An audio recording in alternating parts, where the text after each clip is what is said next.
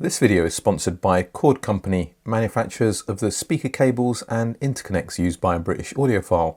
For more information about these and their other products, please click the link in the description. I'm no hi-fi snob, or at least I don't think of myself as one. I don't believe how much money you spend on hi-fi gear qualifies you for being an audiophile.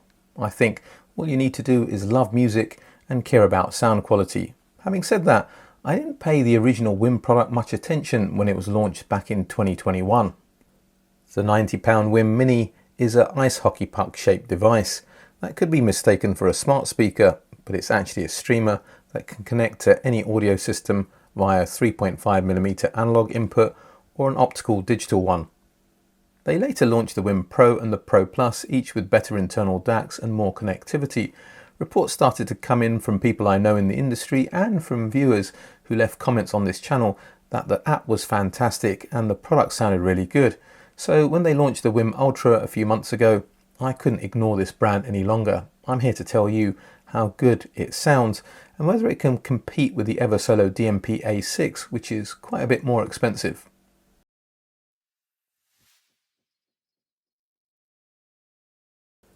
The WiiM Ultra streamer retails for £349. The cigar case sized device measures 205 by 205 by 73mm or 8.1 by 8.1 by 2.9 inches. It weighs 1.3 kilograms or 2.9 pounds.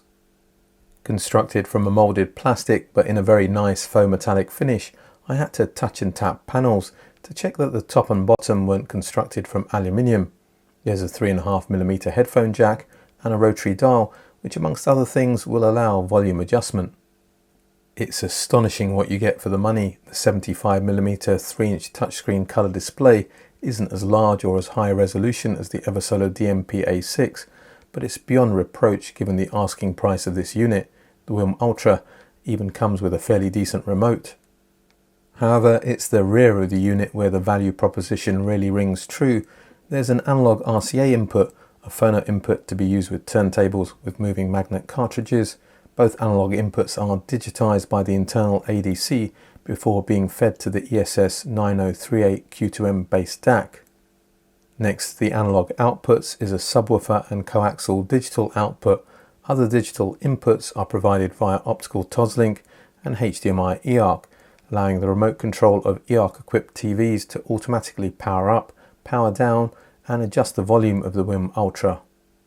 The comprehensive feature set is completed with two more digital outputs, Toslink and USB, facilitating potential performance upgrades via external DACs. The internal streamer can be connected to your network either by Ethernet or wirelessly. A little word on connectivity. I don't expect streamers in the £2,000 plus category to have HDMI eARC or even Wi-Fi.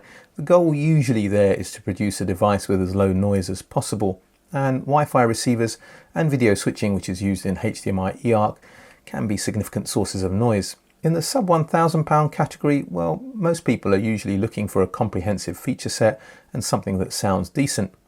I can't think of another streamer anywhere near the price of the WiiM Ultra that has this kind of feature set. Even the mighty Eversolo DMP-A6 doesn't have HDMI eARC. I'll get into the specifics of the user app later, but it's an excellent user experience. Plenty of streaming services are supported, including Amazon Music, Qobuz, Spotify and Tidal. You can bypass the WiiM app and stream direct via Roon, Spotify Connect, Tidal Connect or Google Chromecast. But there's no support for Apple Music or AirPlay 2. Now, maybe it's just the cynic in me, but I can't help but feel that there's some corporate politics at play. WiiM is owned by, now let me get this right, LinkPlay Technologies Incorporated, that's right, and that's a conglomerate that includes Harman Kardon and Google. So maybe WiiM, have left Apple Music users hanging in the wind for some particular reason.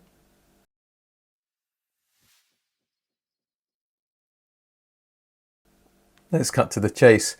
The WiiM Ultra sounds excellent, way beyond anything I was expecting at this price.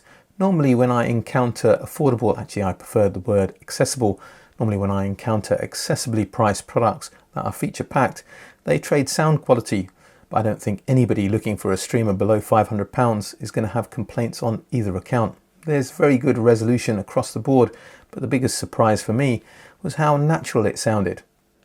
A lot of digital products in this market segment sound clean but bright, with a thin mid-range and enthusiastic treble, even a lot more expensive products, but not the WiiM Ultra.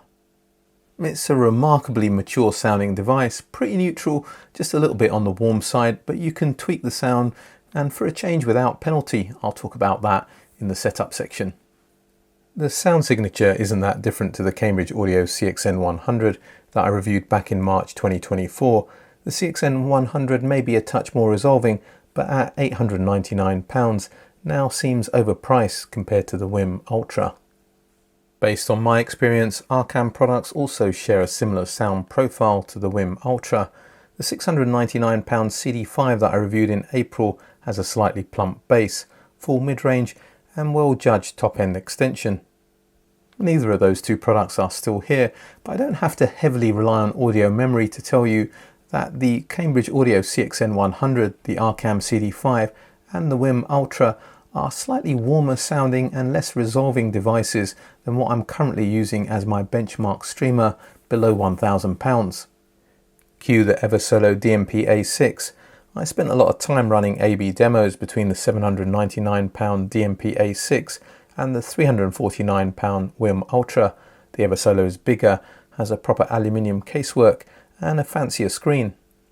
But in terms of pure sound quality, the WiiM and the Eversolo are close. The DMP-A6 is a bit more resolving. The leading edges of notes are crisper, the decay structure is a little bit more revealing, and the soundstage extends a little bit further in all directions. The location where performers are located is also a touch more secure. My feelings about the sound character of the Eversolo DMP-A6 have changed a little since I reviewed it back in November 2023. At the time I noted a distinct leanness and hardness in the upper mid-range.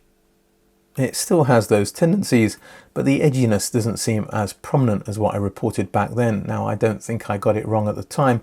I think the sound has changed and I don't think it's a run-in issue. I ran this unit for ages before I started the review, and in fairness it hasn't been used very much since, just for the odd review comparison. What has happened in the interim is loads of firmware updates. They've dealt with software glitches, added new features, but I'm sure they've also tweaked the DSP engine to make it sound less bright and more refined. The outgoing Blue Sound Node X is still here as well. Like the Eversolo, it unearths more detail than the WiiM Ultra and throws out the biggest soundstage of all the streamers discussed here, however with a more distinctly coloured and warmer sound. The differences in tone were very apparent regardless of the cost of the system that I used, but the differences in resolution, as you'd probably expect, were very much dependent on the quality of the partnering equipment, and that brings me nicely on to the next section.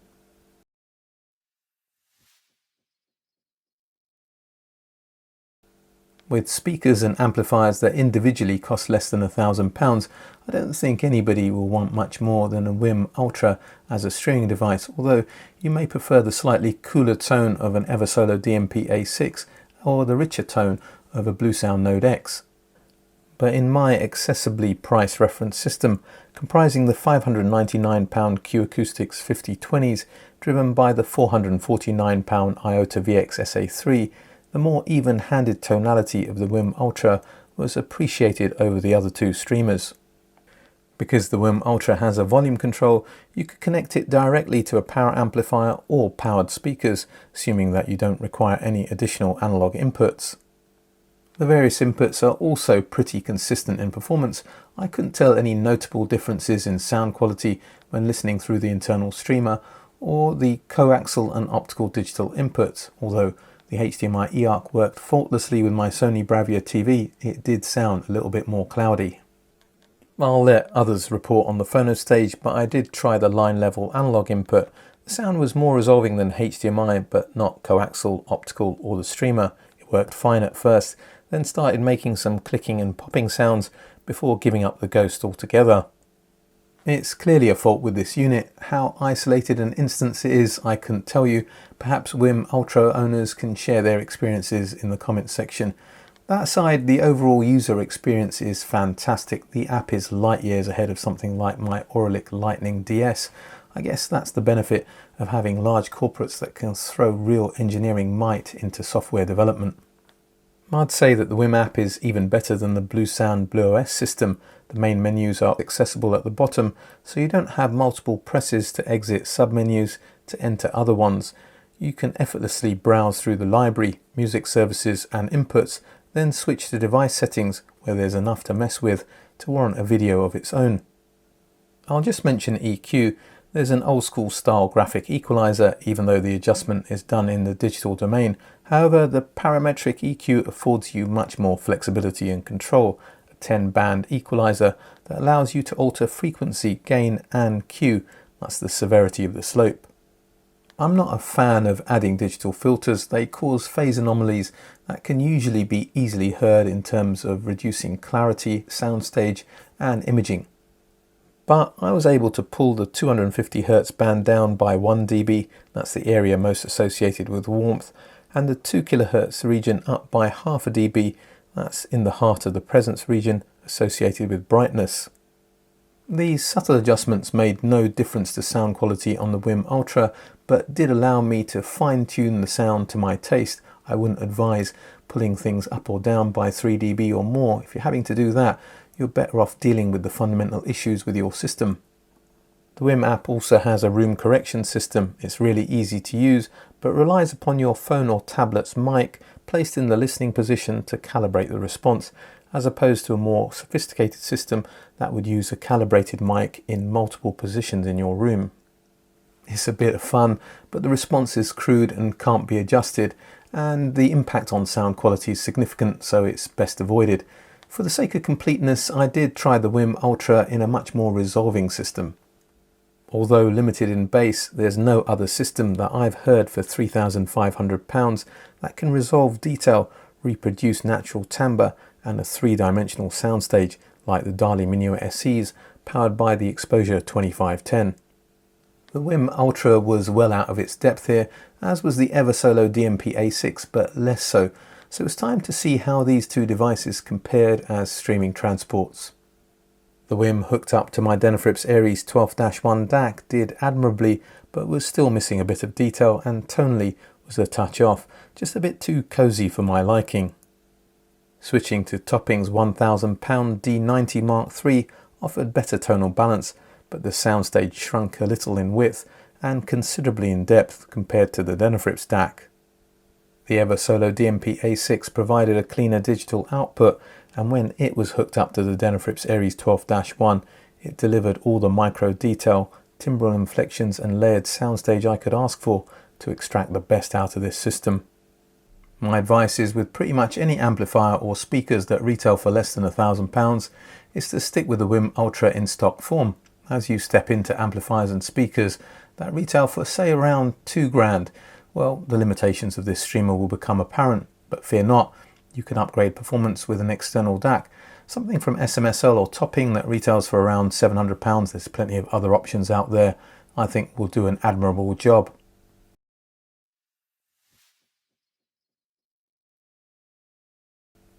I believe the WiiM Ultra is a landmark product in the chronology of streaming products. It's very nicely built, has a feature set that offers more flexibility than an Olympic gymnast, and a user app that's slicker than a greasy doorknob. I'm worried for smaller companies in the audio streaming space. These big corporations have huge resources to throw at engineering and software development. If they figure out how to make things sound good at all different price points, it may be game over for other brands. But at this price point, the WiiM Ultra offers fantastic value for money. It's right hot on the heels of streamers twice its price. Okay, the analog input failed, but that may be just an isolated instance. It isn't enough to change the outcome here. The WiiM Ultra gets an outstanding from this channel. My question for today is simple. What have been the landmark products during your audio journey and the reasons why? Please let me know in the comment section. I'm sure you know what to do by now if you want to support me here and what I do. Like, share, subscribe, hit the bell notification.